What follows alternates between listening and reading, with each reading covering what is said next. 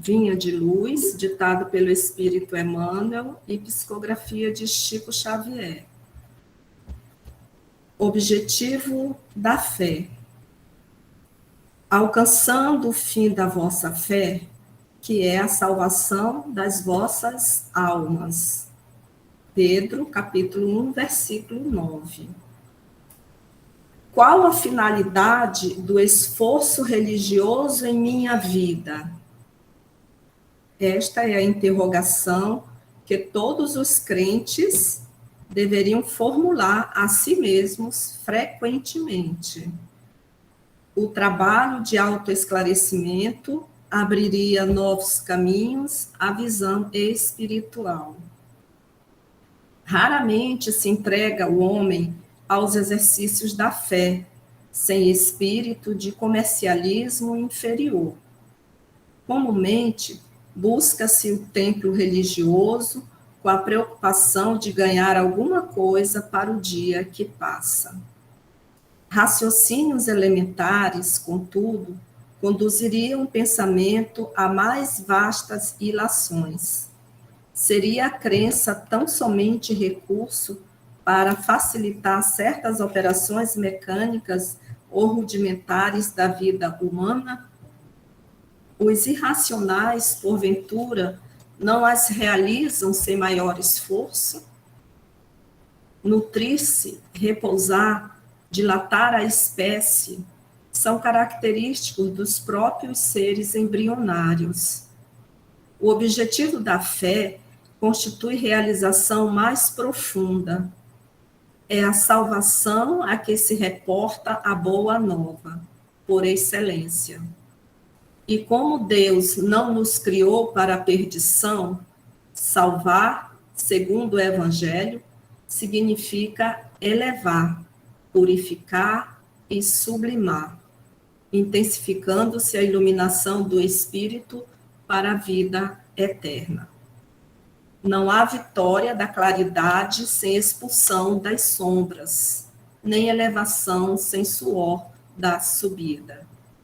A fé representa a bússola, a lâmpada acesa a orientar-nos os passos através dos obstáculos.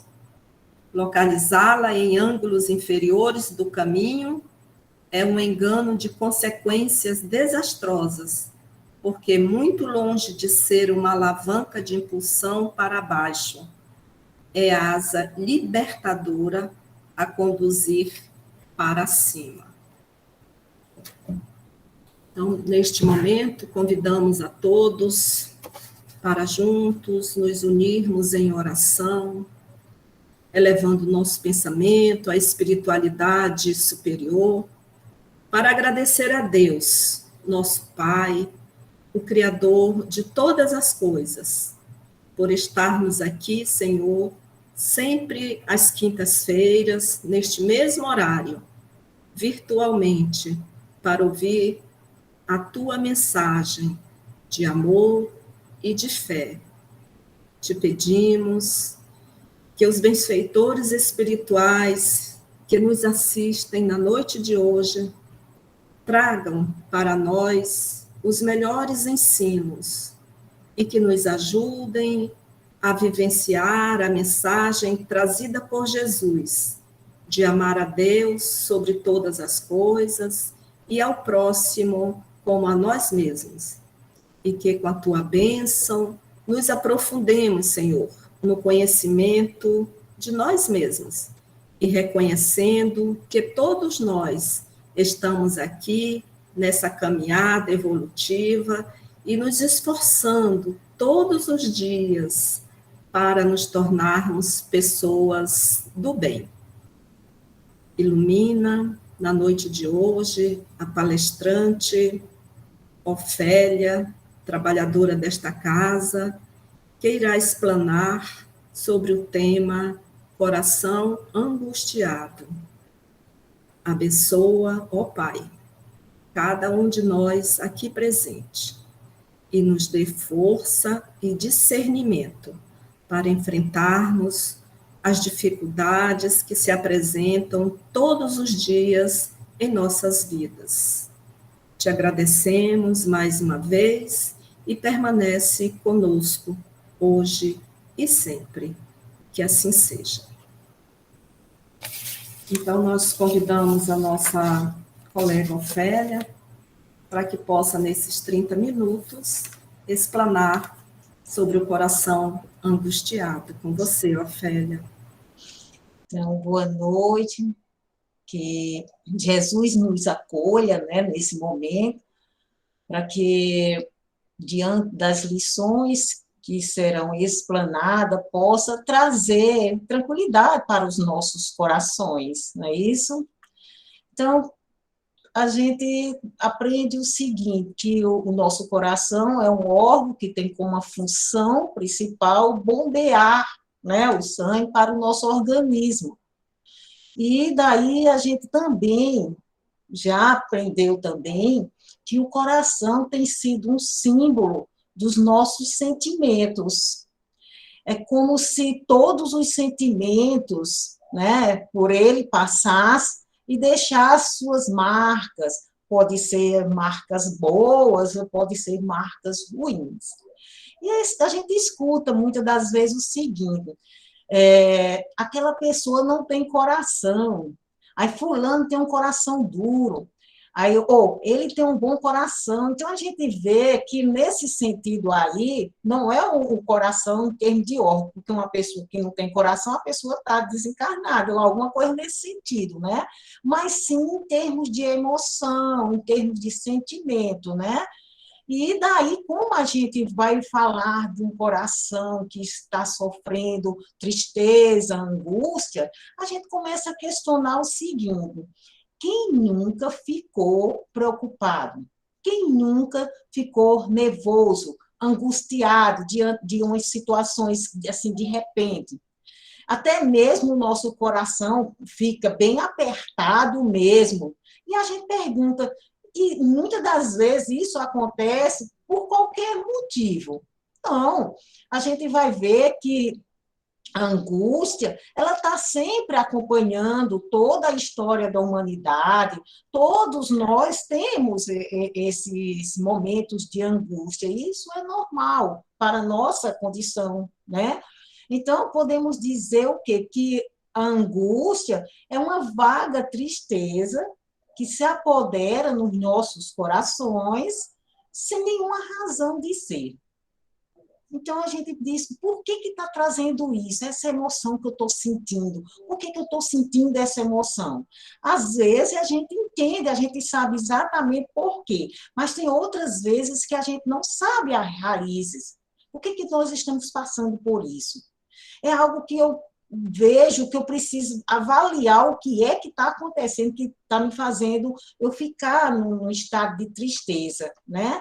Então, a angústia, ela pode se manifestar em várias formas. Então, quando eu apresento um coração angustiado, como no caso de uma desilusão, de uma decepção, ou uma expectativa que não foi atendida, ou até mesmo a morte de um ente querido, vamos dizer que essa angústia é uma angústia normal.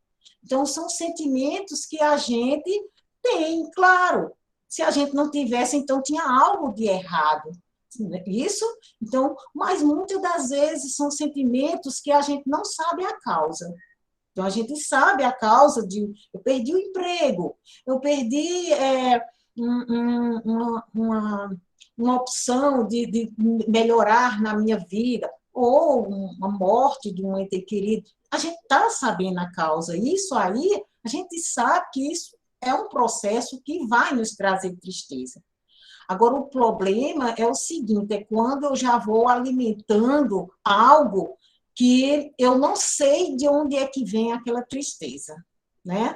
E ainda por cima, quando eu também vou associando com outros pontos, como, vamos dizer, está sempre inquieto, está sempre impaciente, está sempre preocupado, sempre na aflição, na ansiedade. Então, todos esses fatores, né, principalmente o grau de ansiedade que nós estamos sempre vivendo, né, no presente, frequentemente fatores que podem também contribuir para a angústia, né? Quando a gente está, por exemplo, na ansiedade do tempo que eu quero dizer, que às vezes nós estamos usufruindo não estamos usufruindo o presente, mas estamos sempre ou presos no passado, preocupados também, ou preso ou preocupado com o futuro, com algo que vai acontecer. Então, o que está acontecendo muitas das vezes que vai produzir essa ansiedade, vamos dizer, é que nós estamos vivendo ou no passado ou no futuro. E nós não conseguimos usufruir o momento. Então, é uma situação que também contribui. E quando se trata de uma angústia que vem a bater em nossos corações, essa tristeza, a gente vai recorrer ao Evangelho segundo o Espiritismo, uma mensagem que foi dada pelo Espírito François de Genese, que ele diz o seguinte, lá exatamente no capítulo 5 e no item melancolia. Ele vai dizer assim: sabeis, porque às vezes uma vaga tristeza se apodera dos vossos corações e vos leva a considerar amarga a vida. Ele faz esse tipo de pergunta. Aí, é que o vosso espírito, aspirando à felicidade e à liberdade, se esgota, jungindo ao corpo que serve de prisão em vão esforço para sair dele. Então, nós, ao estarmos encarnados, nosso corpo é como se fosse um obstáculo, vamos dizer, umas limitações, e muitas das vezes a gente não tem essa liberdade, né? E sabemos que faz-se necessário também não termos a liberdade que nós merecemos no momento, né? Então, aí o Espírito François, ele diz assim, reconhecendo inúteis esses esforços, cai no desânimo, tá vendo? Cai no desânimo, quer dizer, cai numa angústia. E como o corpo lhe sofre a influência, torna-vos a lassidão, o abatimento, uma espécie de apatia e vos julgais infelizes. Então, muitas das vezes a gente não consegue entender e que esse entendimento a gente pode trazer perguntando a nós mesmos e também com o conhecimento que a doutrina espírita nos traz. Porque quando a gente está nessa angústia, pode ser essas limitações que a gente está no corpo, que é como se fosse uma escravidão, e ali nós estamos passando um processo, vamos dizer, de exílio, nós precisamos, ou também é uma saudade dos corações que a gente deixou lá no plano espiritual. Então, é uma maneira de que vem essa saudade em forma de melancolia, e a gente não entende o porquê. Então, inconscientemente, a gente está sem entender, lá no nosso íntimo tem, mas a gente, com os conhecimentos que a doutrina espírita, a gente vai entender também. Então, do jeito que a gente tem saudade de uma pessoa ente querida que viaja, ou que desencarna, a gente também tem saudade dos que ficaram lá, quando a gente se preparou para passar uma temporada por aqui, né?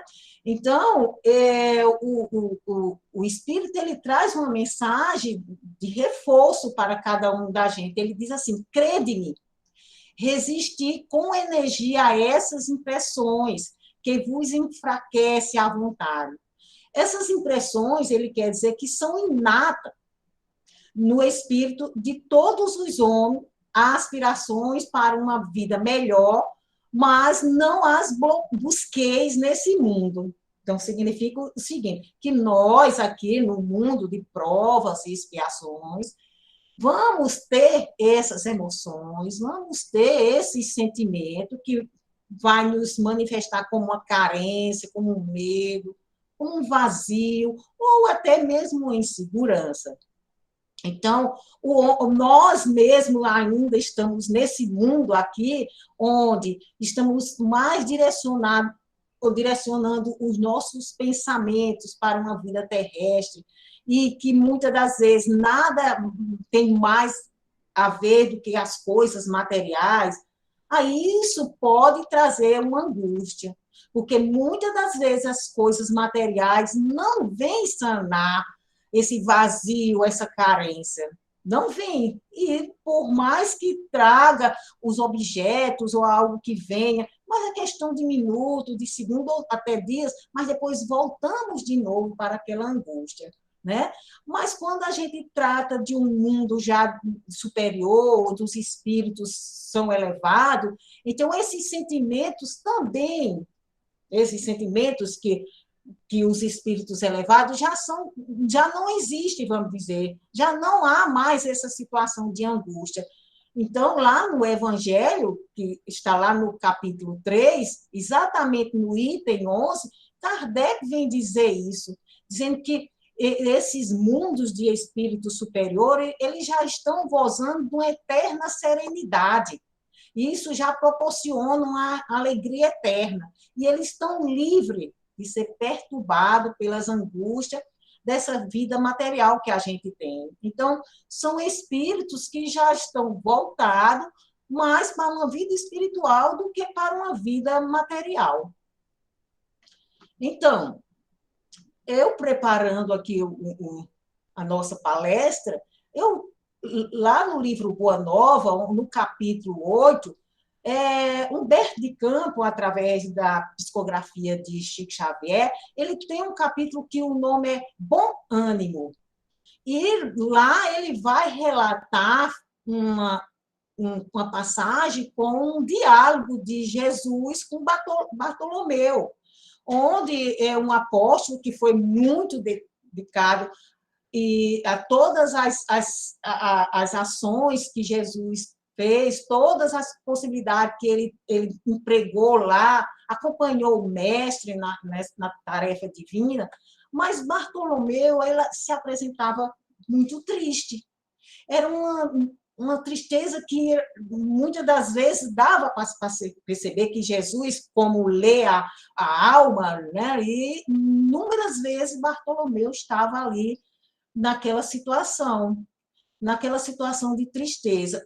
Por que ele estava naquela situação de tristeza? Porque ele estava vendo todos os ensinamentos do mestre, os exemplos, mas ele via que algo que acontecia era o contrário do que estava acontecendo. Então, aquelas coisas que aconteciam deixavam ele profundamente triste.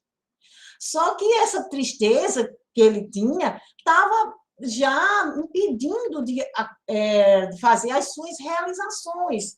E daí ele tem um diálogo com Jesus, ele vai ter um diálogo e ele vai desabafar, ele vai dizer que, mesmo diante daqueles conhecimentos que ele está, ele consegue já mudar, consegue ter uma visão, mas ele não consegue ver todas aquelas coisas do mal, vamos dizer, e não ter tristeza. Não ter tristeza. E ele diz para o mestre, ele diz que não saberia nunca explicar o porquê daquelas tristezas que tanto trazia amargura no seu coração. Então, Emmanuel, no livro Coragem, é um livrietozinho, ele apresenta 2 tipos de tristeza. Ele diz assim, que tem-se a tristeza construtiva e tem também a tristeza destrutiva. E Emmanuel, ele diz o seguinte, que essa tristeza construtiva faz bem para cada um de nós. O seguinte, estar triste, e isso é um estado normal para nós. A normal é a gente não ter sentimento, não ter emoções, ver as coisas acontecer e daí se tornar inerte em termos de sentimento. Isso aí é que é anormal. Então, como diz Emmanuel, ele diz que quando a tristeza é construtiva, significa o quê? Que ela nos impulsiona para uma vida superior. Ela nos encaminha para um trabalho de melhoria do nosso íntimo. Ela nos auxilia no nosso crescimento espiritual. É quando esse sentimento faz a gente se voltar um pouco para nós mesmos, para dentro de nós. É um momento que nós vamos ter de acolhimento para nós mesmos. É um momento que vamos ter de recolhimento, de parar e fazermos uma autoavaliação. Por que eu estou sentindo isso? Aí depois vem alguns reforços, né, que nós temos, e daí a gente vai conduzindo a tristeza, né? Então, quando a gente volta para o caso do apóstolo Bartolomeu, aí o que estava acontecendo com ele era uma tristeza destrutiva, onde Emmanuel vai dizer que a tristeza destrutiva é aquela que traz de um luto, que por dentro do coração vai se espalhando uma espécie de desânimo e vai se espalhando um pessimismo. Então, aí já se torna uma tristeza que é doentio. Então, quando se manifesta o desânimo e o pessimismo em nossa alma, significa o quê? Que pode nós estarmos perdendo o sentido da vida. Então, fica aí, o que eu posso fazer? Porque se eu estou nesse estado, eu estou dando condições para paralisar a minha evolução nesse sentido. Então, eu preciso conseguir movimentar, eu preciso fazer algo. Tá? Então, vamos nos envolvendo em umas séries de justificativa, que isso é comum de nós, a gente vai errando, e daí a gente vai enganando a nós mesmos, vamos inventando várias justificativas e ficamos aí a cultivar o estado, que é um estado, às vezes, deprimente da alma. E isso é preocupante. É aí onde há uma preocupação em termos de angústia, aí torna-se doentio. Então, quando a angústia patológica, vamos dizer, em um período longo, daí vem se desenvolver um transtorno depressivo. Eu estou abrindo porta para aumentar mais o meu problema. Então, sabe que o quê? A depressão pode ter uma causa que pode ser genética, mas também pode ser causa vinda do passado também. Que a gente tem algo que está dentro mal resolvido e, dessa forma, sem entender, pode vir através dessas emoções, que é de angústia. Então, caso assim como esse, faz-se necessário a gente ir em busca de ajuda, de cuidados, a cuidados com atendimento, com um psiquiatra, por que não? Com uma terapia, um psicólogo, e um tratamento espiritual. A gente precisa ir em busca, a gente precisa sim. É o que Emmanuel, ele diz o seguinte, nessa mesma lição, ele diz assim, observa a ti mesmo a fim de que te imunize contra semelhante doença da alma. Então, precisa nós também partirmos de nós a fazer uma avaliação, não só esperar por outros. Não, a gente precisa também tomar uma ação, tá? E no livro Há 2000 anos, exatamente no capítulo 8, Emmanuel ele vem descrever todo o processo, né, da crucificação de Jesus diante de Pilatos, lá no julgamento, e ele vai chamar Pilatos como coração hesitado. É lá quando Pilatos está lá diante de Jesus e ele fica como se fosse um pêndulo entre duas forças poderosas. A força dele, que é a força que ele está sempre preocupado no poder, e a espiritual, que era a que Jesus oferecia. Então, o seu coração não sabia para que lado ele escolher. Ele sabia, sim, o caminho que a consciência dele mostrava, que era mais adequado, né?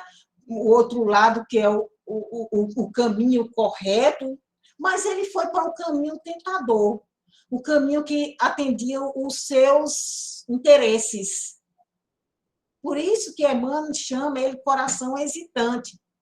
Tanto quem lê o livro lá vai detalhar bastante a preocupação de Pilatos como resolver aquele problema. Então, diante da decisão de Pilatos, diante daquela angústia, ele resolve um problema, como diz Amélia Rodrigo, pela pusilanimidade. Isto é, pela falta de coragem de defender o justo.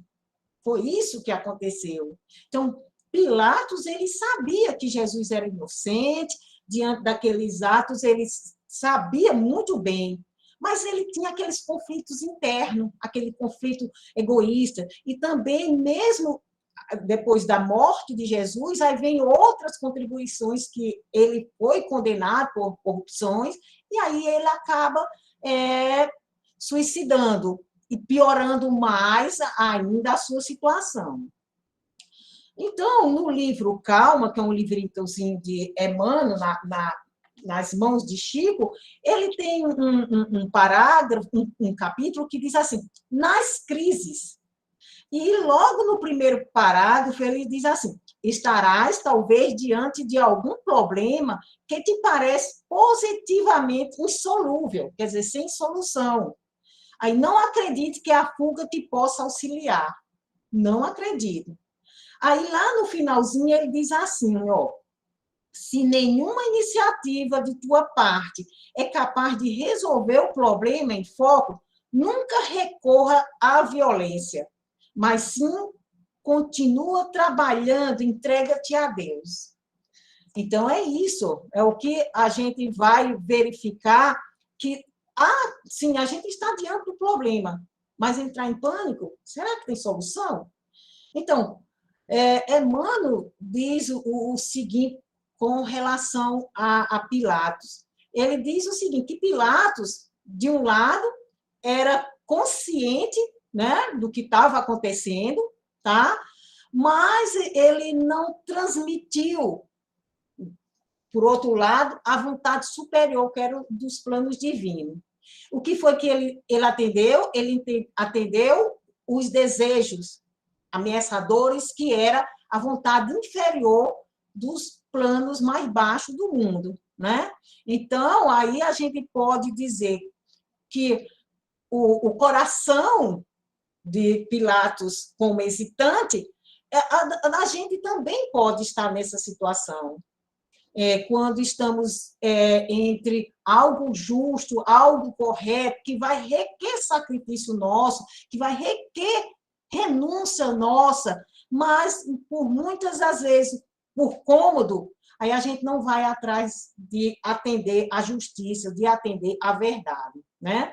Então, Jesus, ele nos deu um maior exemplo ali, mostrando exatamente a verdade, mas tem, por outro lado, o ato de Pilatos. Então, o ato de Pilatos de lavar as mãos tornou-se constante, vamos dizer, até virou, vamos dizer, uma neurose. Por quê? Porque na tentativa de liberar, né, daquela culpa, do remorso, da angústia, ele perdeu o endereço dele mesmo.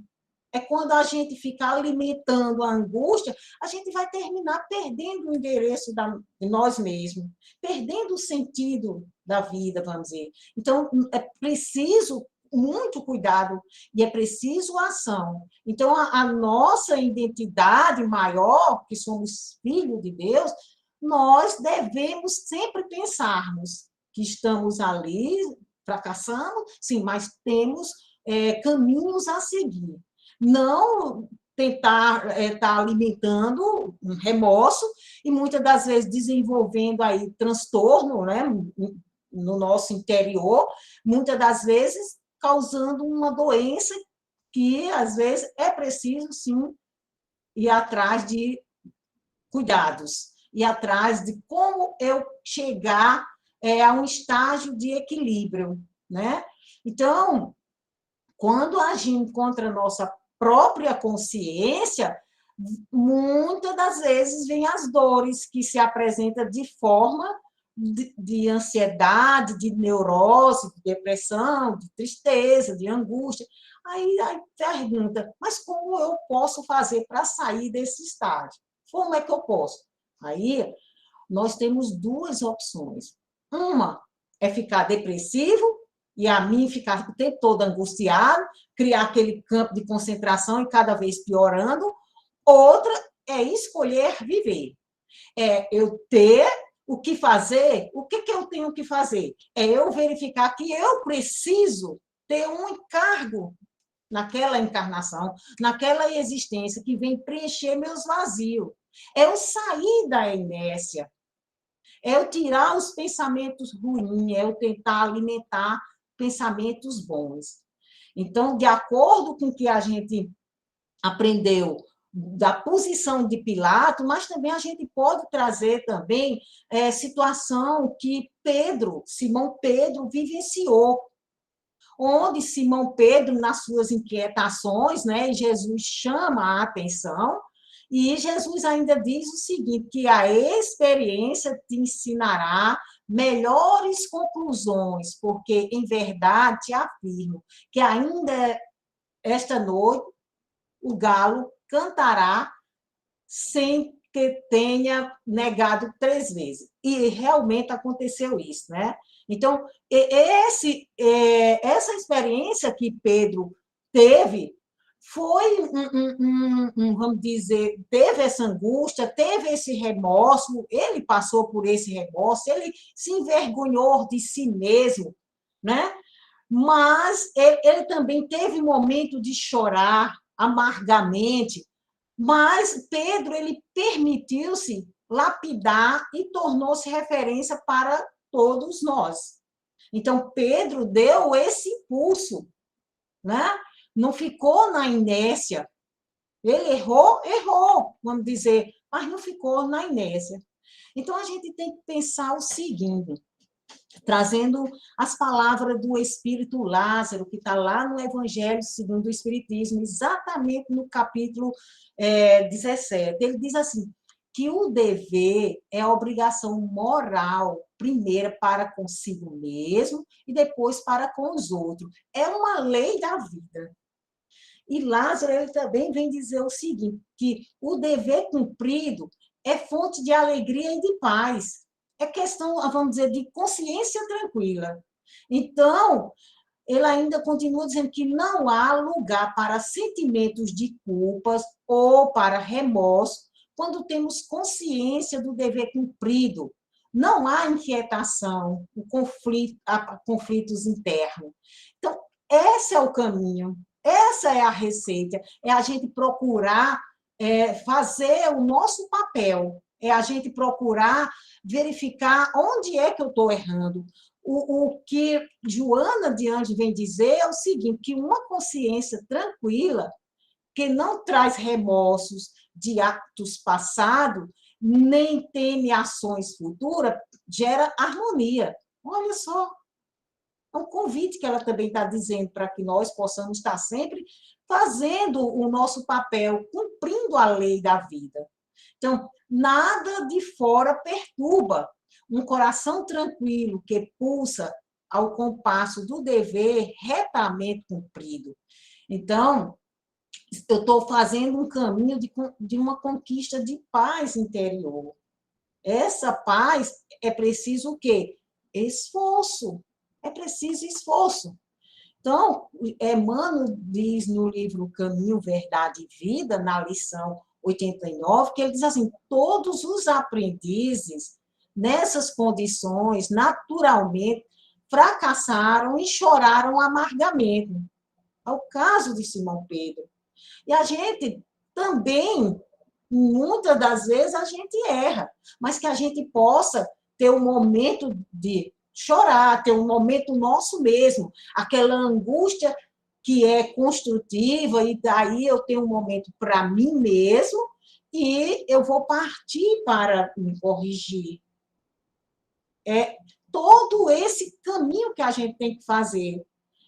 É a vida inteira que a gente tem que fazer dessa forma, né? E não a gente trabalhar com uma tristeza destrutiva, como é o caso de Pilatos. Então, a gente vê que um seguiu o caminho correto e o outro entrou na amargura e desandou, pegou o caminho errado.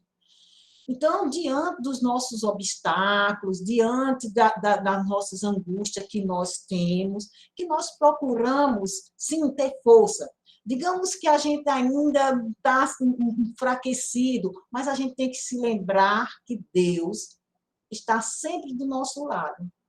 Então, que nós possamos rogar a Deus a proteção, a bênção, e que nesse momento vamos pedir a divina providência que nos conceda tranquilidade, que nos conceda coragem, que em muitas das vezes que nós precisamos silenciar em alguns desapontamentos e as lágrimas podem vir, que isso também faz bem, mas que nós possamos também lembrar que para eu adquirir paz, para eu adquirir alegria, segurança, consolo, é preciso eu fazer o meu esforço, é preciso, sim, eu me esforçar e, com certeza, vamos, sim, tendo benefícios do alto. A gente sempre somos beneficiados.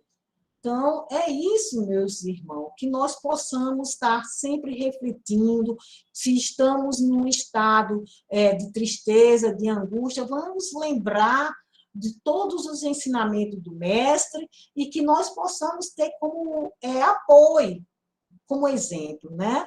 Então, que Jesus nos abençoe, nos ampare e que a tranquilidade e a harmonia venha penetrar em nossos corações. Boa noite. Obrigada, Ofélia, pela mensagem de motivação para todos nós.